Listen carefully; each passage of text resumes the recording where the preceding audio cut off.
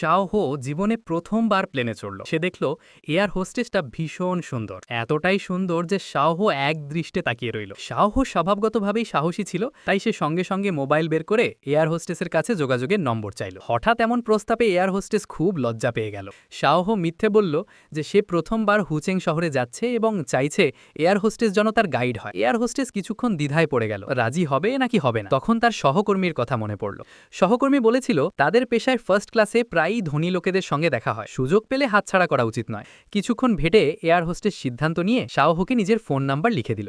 নম্বর পেয়ে শাওহো ভীষণ খুশি হয়ে গেল। হুচেং শহরে পৌঁছেই সে প্রথমে একটি স্পোর্টস কার কিনতে গেল, কিন্তু সেখানে গিয়ে দেখল গাড়ির সেলস গার্লটাও অসম্ভব সুন্দর। শাওহো আবারও তার সৌন্দর্যে মুগ্ধ হয়ে গেল। সেলস গার্ল শাওলান ডাক না দেওয়া পর্যন্ত তার হুশই ছিল না। শাওহোর কাছে সুন্দরী দেখলে গাড়ির দিকেও তাকানোর দরকার নেই, সরাসরি বুকিং। কিন্তু এ ধরনের দামি গাড়ি কিনতে আগে অ্যাকাউন্ট ব্যালেন্স যাচাই করতে হয়। ম্যানেজার যখন শাওহোর কার্ডের ব্যালেন্স দেখল, সে প্রায় ভয়েই অজ্ঞান হয়ে যাচ্ছিল। কার্ডই পুরো 30 বিলিয়ন টাকা। এত টাকা শাওলান গুনতেই পারছিল না। এই টাকায় শুধু একটা গাড়ি নয়, পুরো শোরুমটাই কিনে নেওয়া যাবে। ম্যানেজার উত্তেজিত হয়ে দ্রুত সব ব্যবস্থা করে দিল। অল্প সময়ের মধ্যেই শাওহো একটি স্পোর্টস কার কিনে বাইরে বেরিয়ে এলো। আশ্চর্যের ব্যাপার, গাড়ির সঙ্গে সঙ্গে সে শাওলানকেও নিজের করে নিল। শাওহো গাড়ি চালিয়ে শাওলানকে নিয়ে পুরো হুচেং শহর ঘুরে বেড়ালো। রাতে তারা একটি হোটেলে গেল। শাওহো একটি প্রেসিডেন্সিয়াল সুইট নিল। শাওলান একটু লজ্জা পেয়ে বলল